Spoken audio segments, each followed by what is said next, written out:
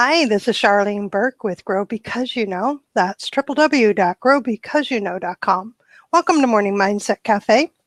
Today we are discussing Success Through a Positive Mental Attitude, written by Napoleon Hill and W. Clement Stone in 1960. The book I have happens to be from 1969.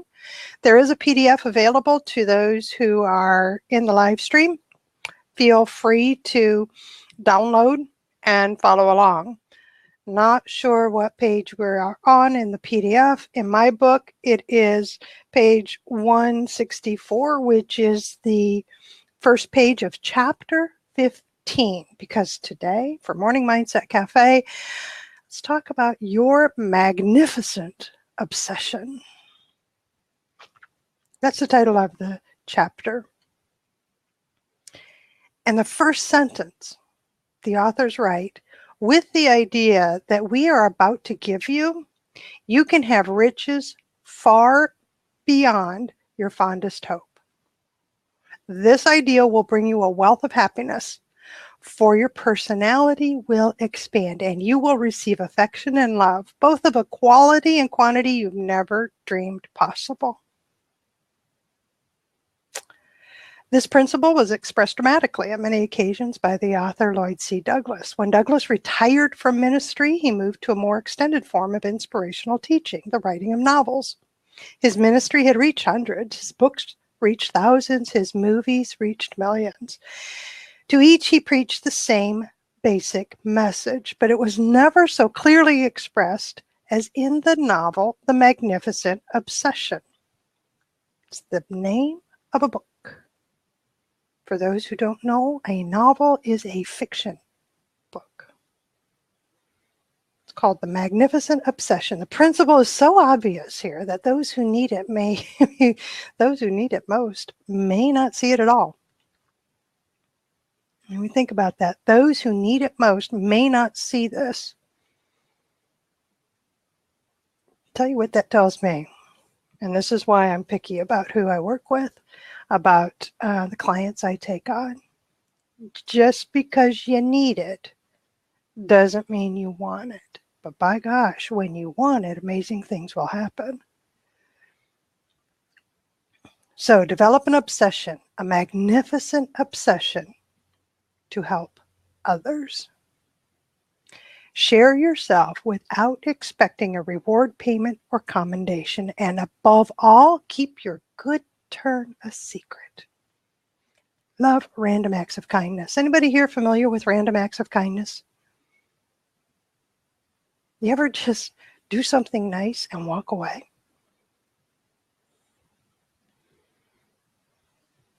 And not tell anybody.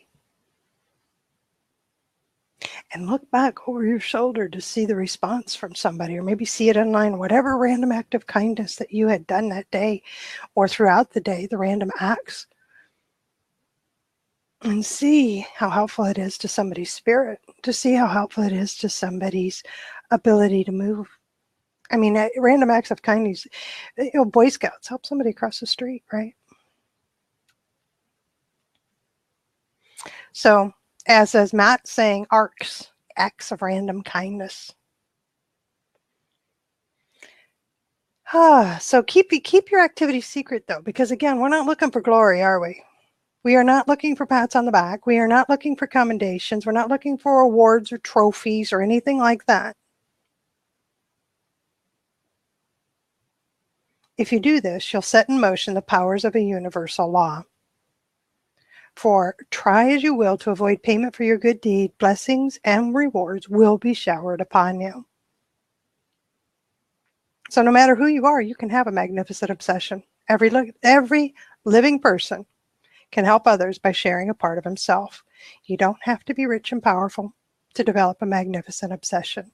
Regardless of who you are, what you've been, you can create inside yourself a burning desire to be helpful to others. Take, for example, this sinner with a magnificent obsession. You'll never know his name. That is a secret. When he was asked to help the Boy Scouts of America, an organization with the sole purpose of which is to build character in children, So when he was asked to help the Boys Club of America with a small donation, he refused. In fact, he was more than rude to the man who had called to interview him. He told him, "Get out. I'm sick and tired of people asking me for money." As the representative was walking toward the door to leave, he stopped, turned around, and looked kindly at the man sitting at his desk. "You may not wish to share with the needy, but I do. I'll share with you a part of what I have. A prayer. May God bless you." With a flash of inspiration, the Boys Club representative remembered, "Silver and gold have I none, but such as I have give I unto you." And a few days later, an interesting thing happened.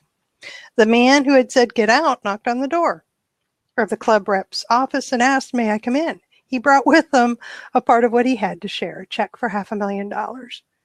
And as he laid the check on the desk, he said, "I'm giving this on one condition, that you never let anyone know that I did it." "Why not?" he was asked. And he says, "I don't want my name to represent to boys and girls that I am good. I'm not a saint, for I have been a sinner." And that's why we'll never know his name. Just he, the Boys Club rep, and the greatest giver of all, know the name of the sinner whose money was donated for the purpose of helping boys and girls avoid doing the wrong things he had done himself. So think about this. We could very easily be the Boys Club rep where we don't have the money, but we can share a part of who we are. I know many of us do that here in the mornings, don't we? And like him, the Boys Club rep, you can be a part of a great cause, and you too, when you give, can give generously. Your most preciously valued possessions, your greatest powers, are often necessarily invisible and intangible. No one can take them. You and you alone can share them. The more you share, the more you will have. All right. So if you doubt this, prove it to yourself by giving. Give a smile to everyone you meet. Say a kind word. Give a pleasant response. Appreciation with warmth from the heart. Cheer, encouragement, hope, honor, credit, and applause. Good thoughts. Evidence of love for your fellow man. Happiness, a prayer for the godless and the godly. And time for a worthy cause with eagerness. What do you think about that? What do you have of those things that you can share today? If you experiment by giving one of any of the above, you will also prove to yourself what we have found is one of the most difficult principles to teach those who need it the most. It really is a difficult principle to teach. How to cause desirable actions within yourself. And until you do learn, you will fail to realize that what is left with you when you share it with others will multiply and grow. And what you withhold from others will diminish and decrease. Therefore, share that which is good and desirable, and withhold that which is bad and undesirable. Holy crap. Wow. I could read on, but just that little bit is huge, isn't it? It's huge. Okay. So near the end of the chapter, and I'm going to say it's on the second to the last page of the chapter. You're saying you're on page 248 of the PDF. Move forward into the area that says if.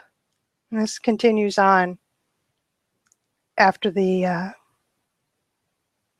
you live longer with a magnificent obsession, and you keep going. And it says, now there are thousands of men and women who are fulfilling their magnificent obsessions and sacrificing time and money to help the Boy Scouts of America. Your life has benefited from their magnificent obsessions if you do your best to try never to violate your honor by lying or cheating, and always try to fulfill the responsibility with which you are entrusted.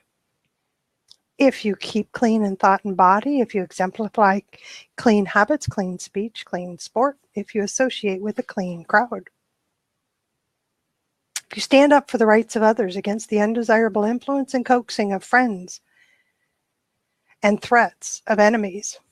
If defeat inspires you to try to succeed, if you have the courage to face danger in spite of fear, if you work faithfully and make the best of your opportunities, if you don't wantonly destroy property, if you save money so that you can pay your own way in this world and yet be generous to those in need and give financial help and time to worthy causes, if you do a good turn each day without expecting compensation, if you are a friend to all and a brother to every living man, woman, and child, regardless of race, color, or creed, if you are prepared to learn to know dangers, to avoid negligence, and to know the remedies necessary to help injured persons and save human lives, to share the duties and responsibilities in your home and place of business, if you are polite to all, especially to the weak, helpless, and unfortunate, if you will not kill or hurt any living creature needlessly, but strive to protect all living animals,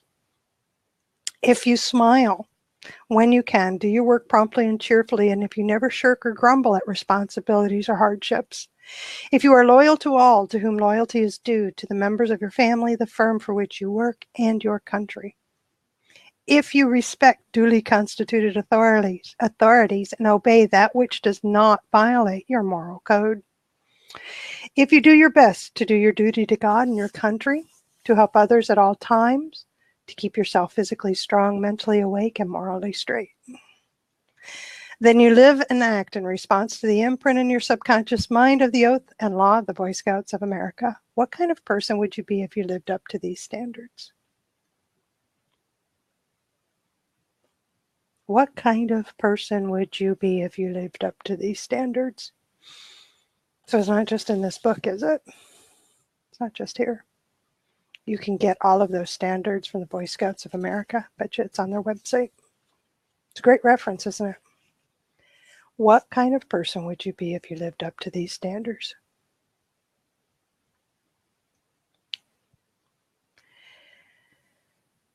Oh, Henry Kaiser is someone else with a magnificent obsession. He's done so much to make this world a better world to live in. There's a quotation that hung on the wall of a blacksmith shop in England that inspired him. And here's a quote, "May it inspire us."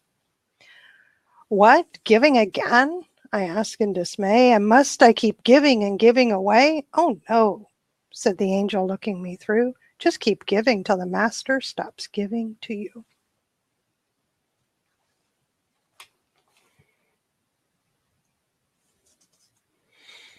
So we ultimately come away with this thought, the idea, a challenge to some. That which you share will multiply, that which you withhold will diminish. Yeah, me too, Mary. I had chills after reading it. Try reading that. Read that one aloud to yourself. Read it out loud to yourself. It's in the book. Do you have the page on the PDF of where the quote is? Because it's at the end of chapter 15. In the book where I am, it's on page 176 and 177, either one. So I'll read it one more time. And this is a quotation that hung on the wall of a blacksmith shop. It's on page 263 of the PDF. So it's on a blacksmith shop in England. "What, giving again?" I asked in dismay. "And must I keep giving and giving away?" "Oh no," said the angel looking me through. "Just keep giving till the master stops giving to you." Good stuff. So my experience with this, as you heard, I came out with random acts of kindness. I admit, and I will sit here in total honesty and confess to you that I am not obsessed with helping others. That is not on my list of, as written out, to help others, to give until I cannot give more. What I am on a quest to do, and of course I'm going to contradict myself right now, aren't I, is that I guess I am on it. Because what I was thinking was this help others. See what that quote did to me? So what, am I going to give stuff I don't have? No. No. See where my mind went? I immediately went to the negative, didn't I? I immediately said that, well, that I am not here. That's not my obsession to help others because there's so many things I can't help with. That's exactly where my brain went. I'm so glad you show up with me every morning.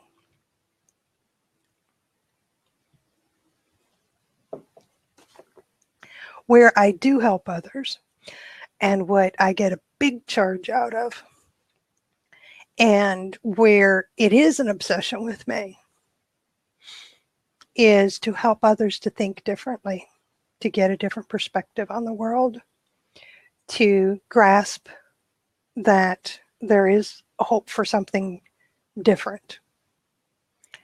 So if I'm going to have a magnificent obsession, I can clarify it as that. Knowledge and education, foundation to freedom, flat out. I believe it. And the only way you're going to get it from me is if you're going to spend a little time with me. And sometimes that means I'm getting my hair cut.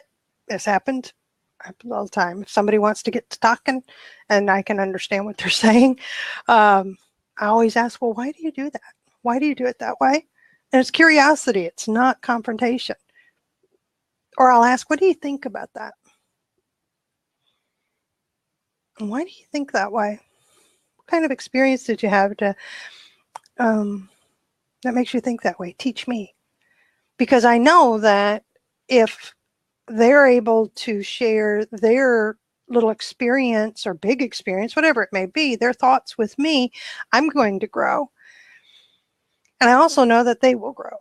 And if they are willing to have an exchange with me, whether it's 5 minutes or an hour, then maybe I can help to change their perspective.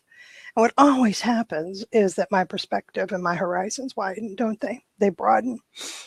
So I do. That's my magnificent obsession, to help others in that capacity, because this is telling us there is no limits and there are no caps and there are no restrictions on what it is and how it is we're going to help others. Yeah, did you just see the big halogen light bulb go off over my head?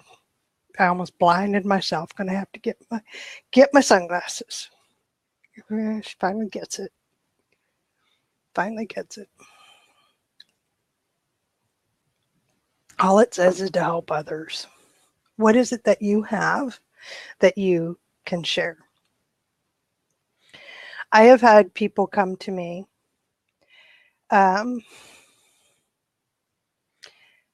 that have struck me with where I was struck with the power of simple giving, where my intention was just to be kind. It was just to be nice. That was all. And the impact that it had on them, I only know about because they told me years later, was powerful. There was an old man, bless his heart, he'd laugh today if I said that at the time he was well into his 60s. Today he's well into his 80s, and he still occasionally mentions the story to other people, and I only know that because they come to me and say, hey, I heard him, this is what he told me that happened with you. I'm like, oh, okay, it's wonderful, isn't it? And he was, we had a familiar gathering place similar to a coffee shop, and this is back in the 80s. And I had walked in and I saw him sitting at a table, and he was by himself, and he just looked down.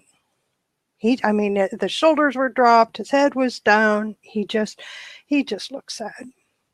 And I knew him, and I sat with him, and we talked for a few minutes, and we, I can't tell you what I said. I don't know what I said.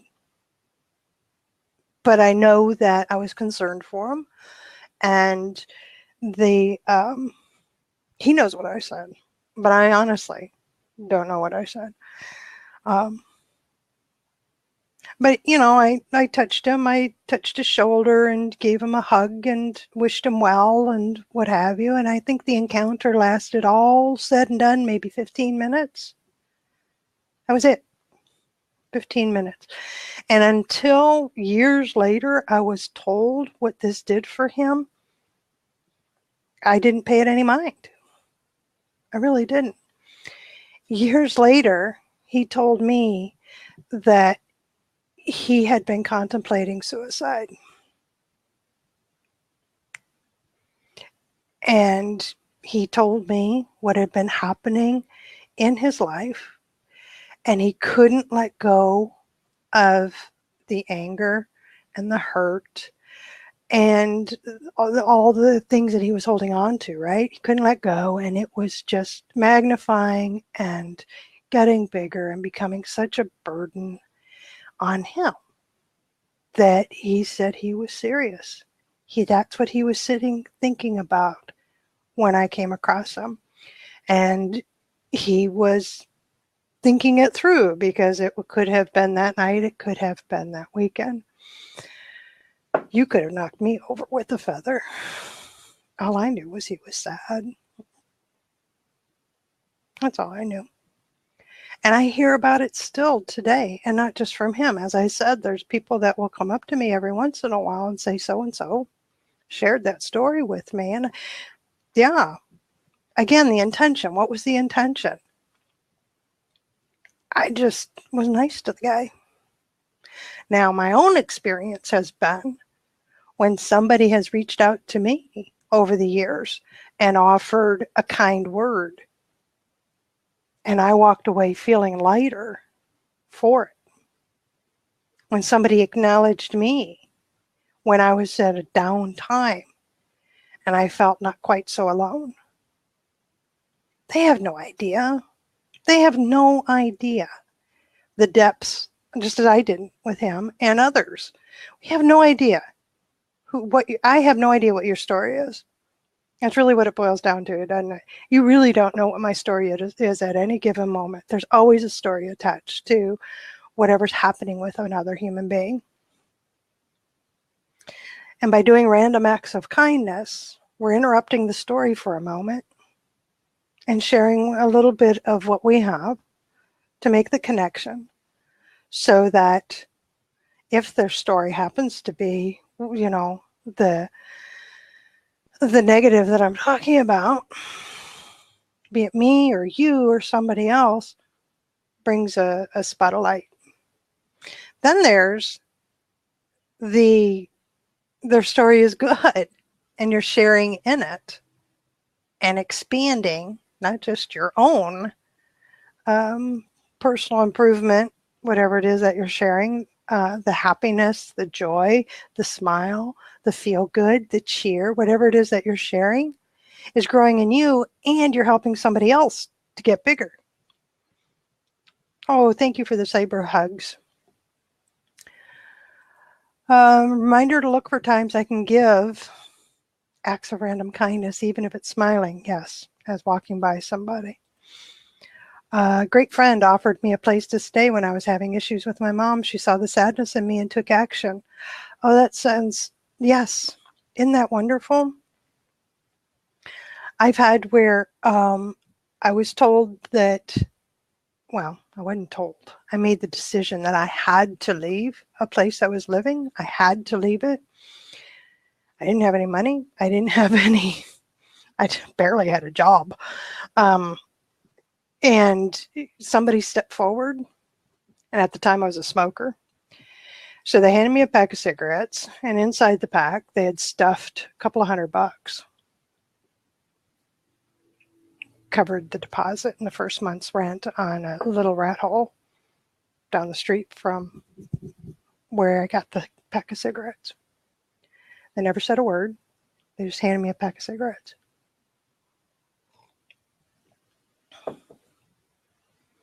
Yep. Those things happen whether you want them to or not, right?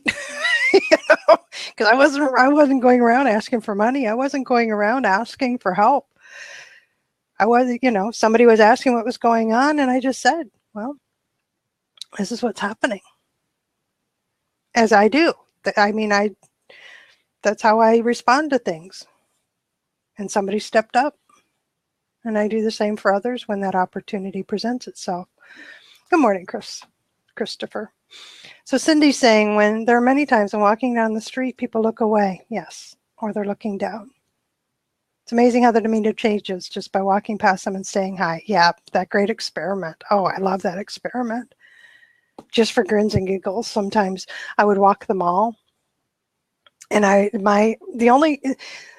right, so the way I work is in order for me to put myself out there like that to grab the attention of other people on purpose, is I have to make it a game for myself.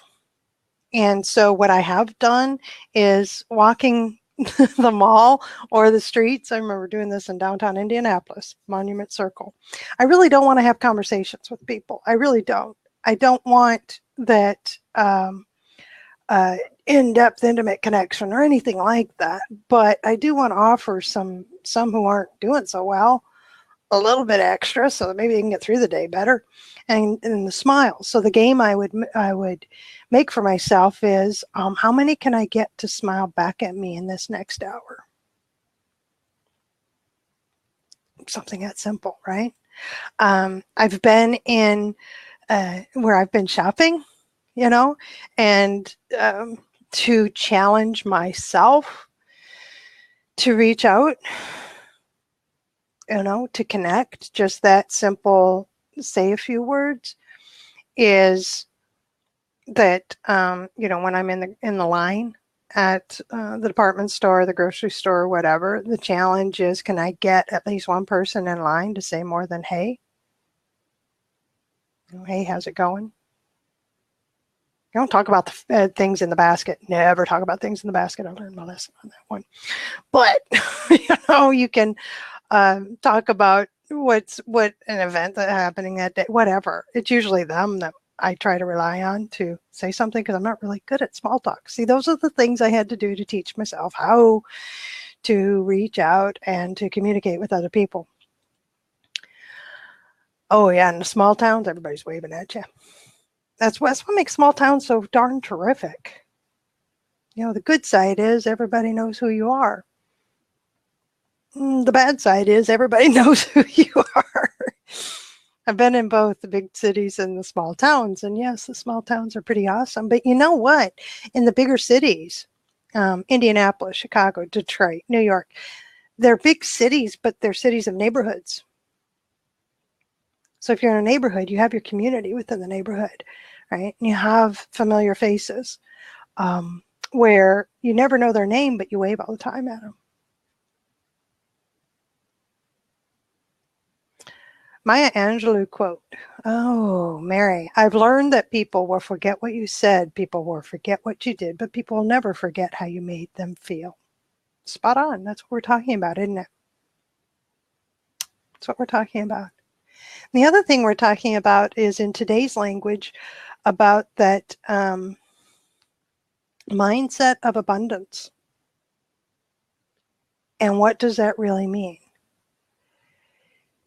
And if we have this magnificent obsession to help others, to help them by sharing a piece of ourselves, whatever we have to share, to not create angst in ourselves over what we don't have to share, but to focus on what we have right now and think about what we're doing, it can put us into a place of abundance, can't it?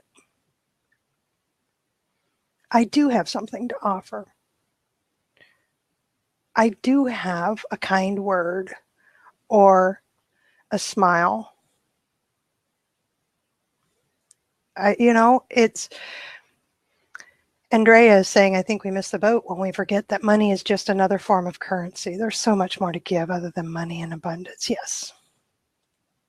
Yes. The ultimate creation for wealth, the best creation for wealth, is to make me better because ultimately when I have the wealth that I'm working towards, the people I can help, because I have plans for that. I think I've shared that with, I know I've shared it in this program. I've talked about the Traveling Knowledge Center as part of the RV program. Yeah. So, and training programs and what have you. So anybody who wants to jump in, please do share your story of random acts of kindness. Does this make sense to you? To put it in terms of give what you have and it will be given back to you tenfold. I love the Boy Scouts if statement. Time. Yes, time is a great resource. If you have time to give, do so. The impact it has on others is great. I mean, I can, there's this young gal that this often happens, and I turn away most, but I said yes to 2. People will come to me either on their own or through somebody else and say, so-and-so sent me to you. Do you have time for me? And what they're asking is, can you spend time with me so that I can get better? And I don't have a lot of time.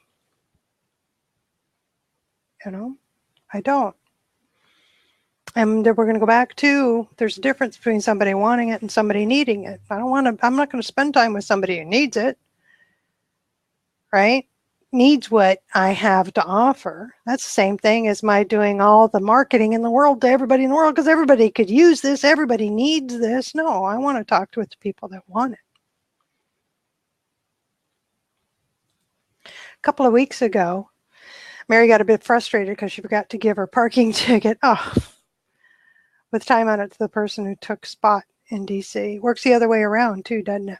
I'm going to bring Aaron in before he thinks that I'm ignoring him.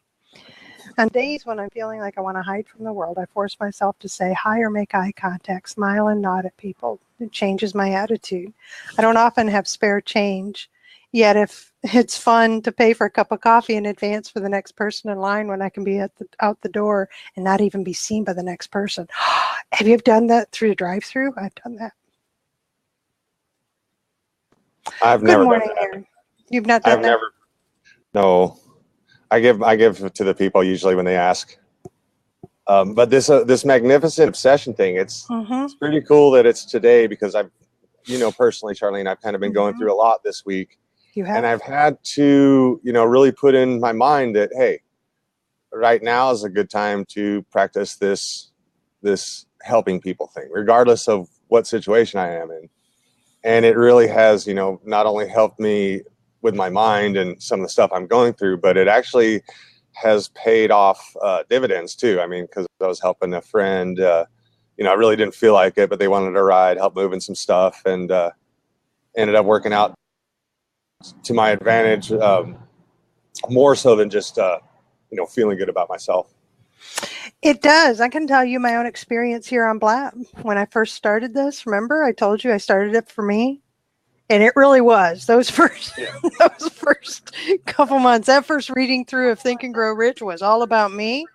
And I made it clear it was all about me. I needed to understand this. I needed to get out of survival mode. And I'm grateful people showed up to help me. Now it's different. Now I'm showing up here because you all are here. And you've told me you want me to continue to show up. You would jump in the live stream. We talked about this last week. I came close to shutting it down because I'm not here for me anymore. I'm here because you guys, right? The peer-to-peer stuff. I can learn so much from you. And you tell me that you want me here to do what I do. So I'm happy to do that. I can share that. And it's good. And the things it's done for me is tremendous. Shoot, like I said, this is a topper on my morning to finish out my morning and get me really going through the day is to get my mindset in the right place. So I can give, you can give, we all share. It's wonderful. I think that's kind of the catch-22 of it all is, you kind of have to help yourself to get to the position where you can help other people.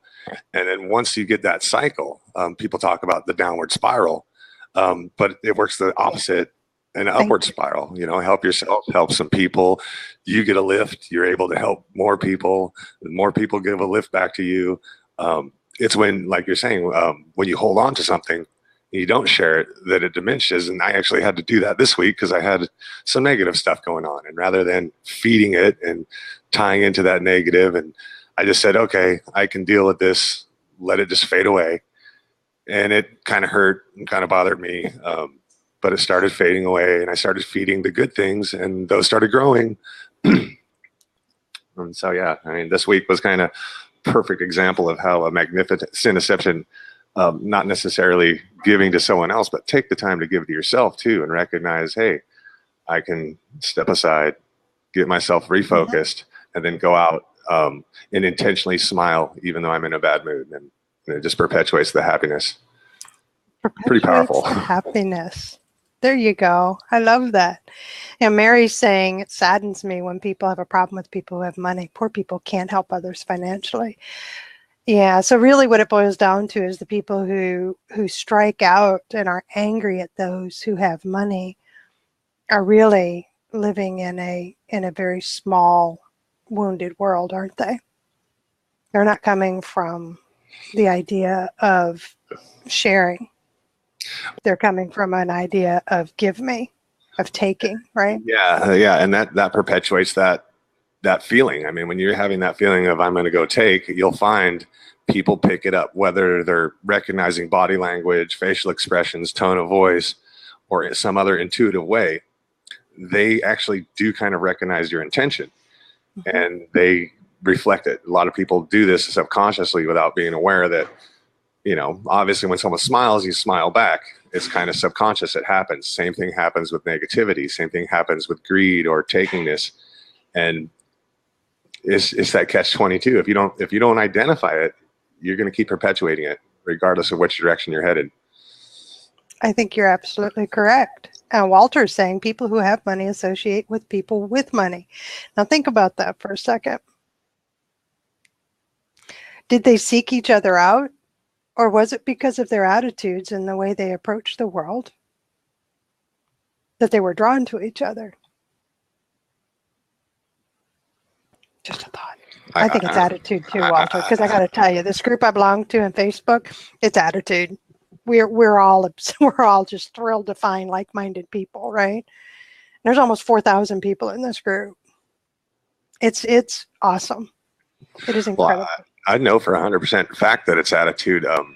My friend I've talked to you about, Doug Lyon, who does real estate development, and he doesn't come from money, and he took on this real estate development course with the attitude that he's going to make it happen. And what happened is the people with money, the people that maybe had the financial background but lacked the attitude, connected with him, started working with him.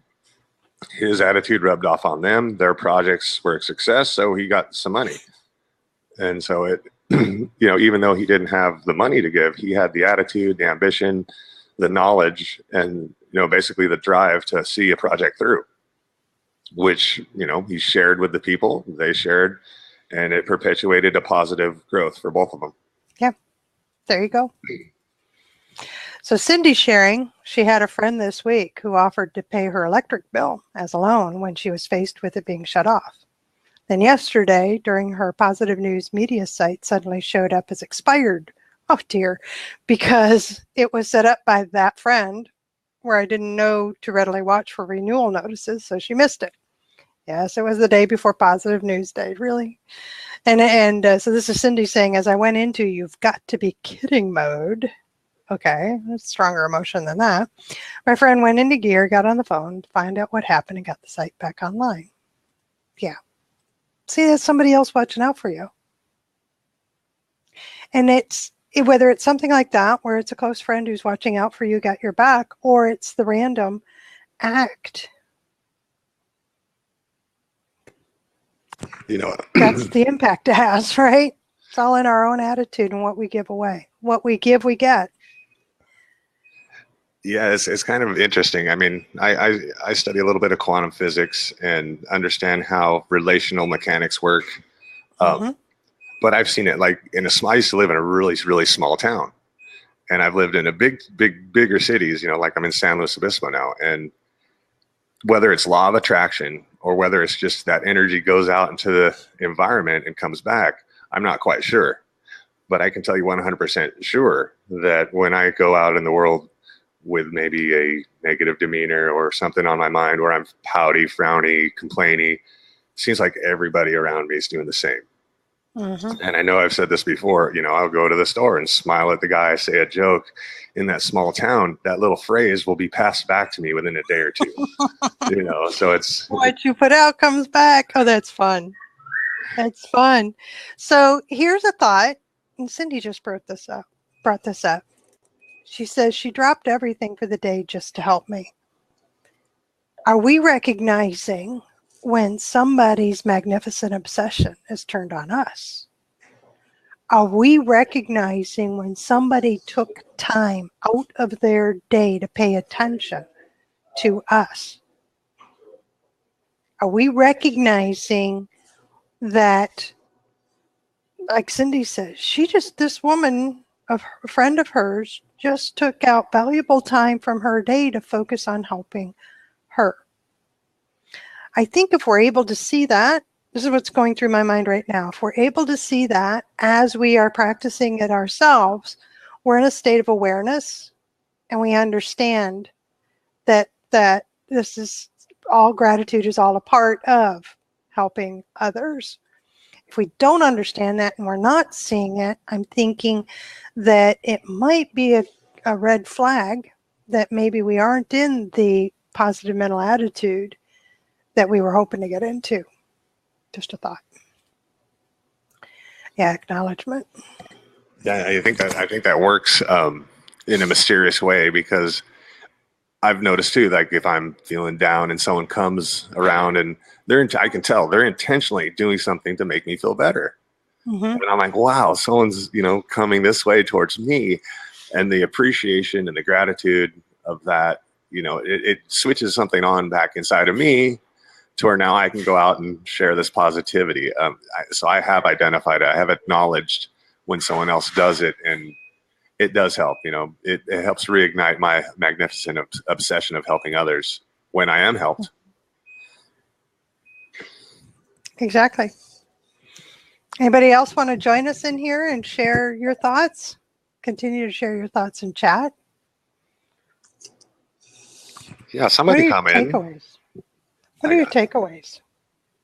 Yeah, somebody come in. Somebody come in. I actually got to get going here in about 5 minutes to get some stuff done before our meeting at 7. So got about. Well, this is interesting. Okay, this is interesting what Cindy's sharing is that it did take me aback, and I didn't feel worthy of it or even guilty. I had to stop, shut up, and just say thank you with both situations. I had to remember that these morning blabs have been putting into my spirit and psyche. Yep, now I can continue sharing the positivity of the day and the initiative. Yeah, it's the minute that you feel that you aren't worthy of the attention someone is giving you, take a step and just say thank you. Hey, Christopher. Peace, y'all. How you doing? Same to you. So glad you're able to join us. How are you this morning? I'm doing well. Really enjoying today's message. Yeah. Yep. What do you think? It's what's going through your mind? You know, when I was so focused on me and only making me succeed, I had moderate success, but when I decided that I had enough of that, how much was enough? You always have that thing, people that have issues with drugs and alcohol, and my family's a stranger to people who have problems with drinking. When you had your fill, you've had your fill. When you've had your fill, believe it or not, of money where it just sickens you. And it sounds stupid, it sounds crazy, but that's the point that I was at. It was ridiculous. It was just ridiculous. And I decided, there's got to be more. There's got to be more to than this. And it's nice. Believe me, it's nice to have money. It is. But the more you have, the more people try to take from you. You have to be extra leery of people. It really, it's really not that fun after a while. It just isn't. It just isn't. And when you work so well, hard, with great money comes great responsibility, doesn't it? Exactly. But I didn't have that much great money. That was the thing. It wasn't. I had expenses. I had bills. People say, "Oh boy, look at this guy! Isn't he lucky?" No. And I decided to chuck it all, and I said, "Oh, I can retire now. I'm in my 50s. I can retire." And since then, I've been just basically reaching out and helping people as much as I can. I had 4 other brothers growing up in a household with a single mother. My father was involved in our lives. He did pay child support, thank God. But he made sure that all of us were able to go to college and that all of us were able to succeed in our own special way for whatever we did.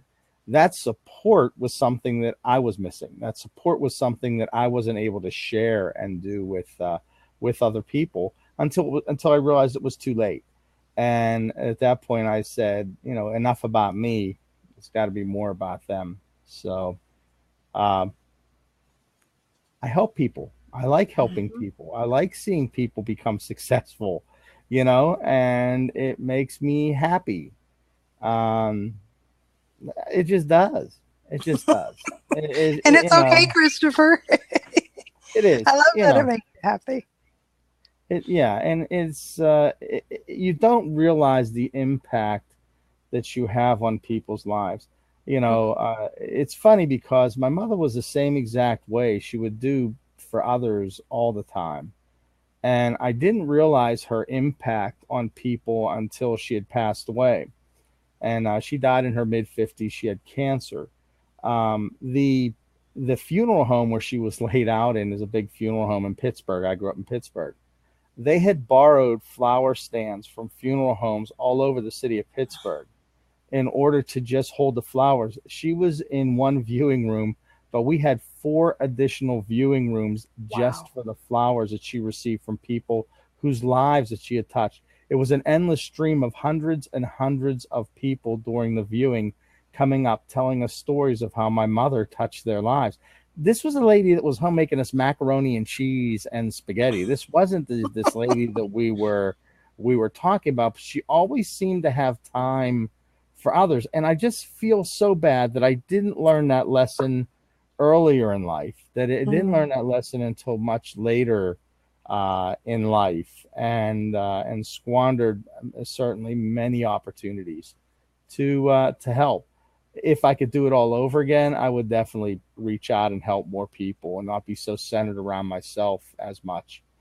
Money wouldn't be that much of a big thing, but when you grow up in a fairly poor neighborhood with a single mother, your whole life is focused. I mean, it gave each of us the drive and determination that we had to end the string of poverty and being broke.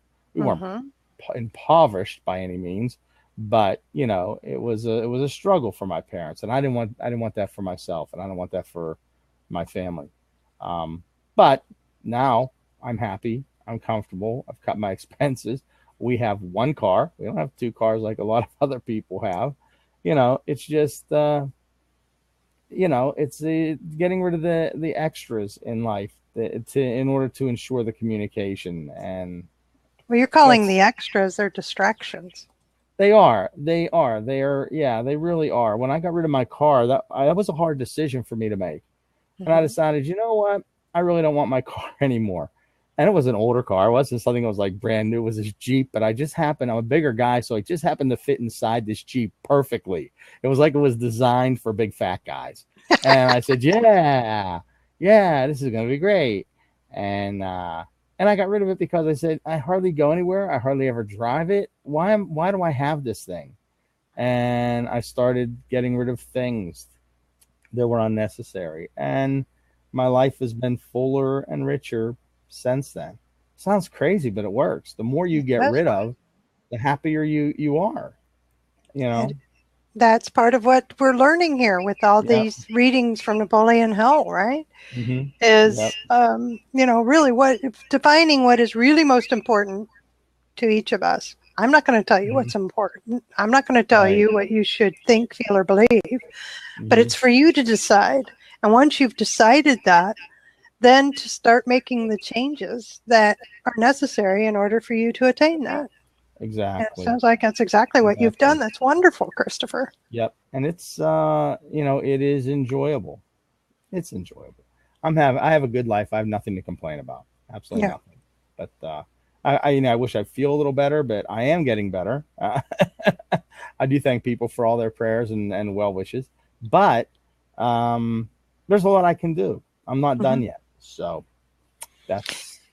I like that. I'm not done yet. It's another reminder to me that I do have something to share, whether it's time, my knowledge, my skills, my experience. I do have something that I can share as I am growing my base of currency, if you will, my base of riches, because I do have an ultimate goal of what I want to do with the great monies and the foundation I want to set up. So again, you know, but along the way, we have to grow ourselves, right? Exactly. It's the journey. There you go. It's not about catching the fish. It's learning how to catch the fish. That's the wealth. That's it. That's what the money is, you know. I think you hit on a really good point too, as far as maybe not having a bunch to give, but recognizing, you know, even if it's just a little tiny bit to give, you know, because that in essence, that's going to make room for growth. That's going to show that giving is actually creating this synergy of growth and improvement. And so it reinforces that practice. And I just thought we have to make it, how about the takeaway today is that we do this on purpose. We do a random act of kindness anonymously. Nobody knows why you're doing it. Nobody knows. And if it's possible, do something where you really can do something that they have no idea you were a part of it. And just do that on purpose for today. Yeah. Just for today. How about it's funny. I had gone to Arby's, believe it or not, for lunch a couple days ago. And there was a guy who was a Vietnam veteran that was in line in front of us.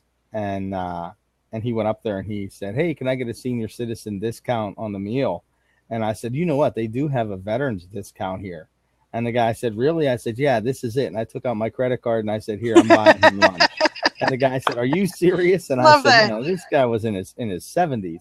Yeah. And he said, "You know, I've been back from Vietnam for decades now. You're the first person that ever bought me lunch." How cool is that? And I said, "Well, okay. Well, remember that." And I said, I will, but occasionally I'll do that when I see a veteran or particularly I see a family going in there, and you know, just little stupid things like that. It doesn't mean a whole lot. It means a lot to them that you're recognizing them and saying, "Hey, you know what? Thanks, man." And we're all in this together. Let's enjoy the day. Let's enjoy this. So he was happy about that, and it's nice, you know. And I go into restaurants sometimes with my wife and I, and we sit there and we see a family over in a corner at a local restaurant or something like that. And I tell the waitress, "Here, I'm just going to pay their bill and, give them a round of desserts." And that usually makes the parents upset. They say, "Wait a minute." It's 8 o'clock at night. What are you doing? What are you crazy? But it's like, hey, you know, now it's not that I do that every day, and it's not that I do that every month, but I do it, you know, a couple times a year, just whenever the spirit moves me to do so. But it's pretty cool when you do it, though, isn't it? Feels good. It's fun. They say, you know, well, I'll tell them, no, it's not necessary. Just tell them their bill's paid and have a nice day. And it's, you know, it's great. It's great to see families out together, doing things, being together, and it's great. And when my grandkids are with me or my children are with me and they see this and they wonder and they say, "Why are you doing this?" It's like, you know, I do it because I want to, because it makes me happy. There you go. That's all. You know, it makes me happy. All right. So we're at the top of the hour. I'm going to close out the recording portion and we'll hang out here for a little while. So thank you so much, Aaron and Christopher, for joining me in the live stream. Thank you, those in the chat area, sharing your thoughts and a bit of your stories with us about this magnificent obsession about helping others and how we can help others. Thank you for watching. This is Charlene Burke with Grow Because You Know. That's www.growbecauseyouknow.com. Let's move forward with the day on purpose, with purpose, to grow our hearts, grow our minds, and grow our businesses. Until next time, have a great day.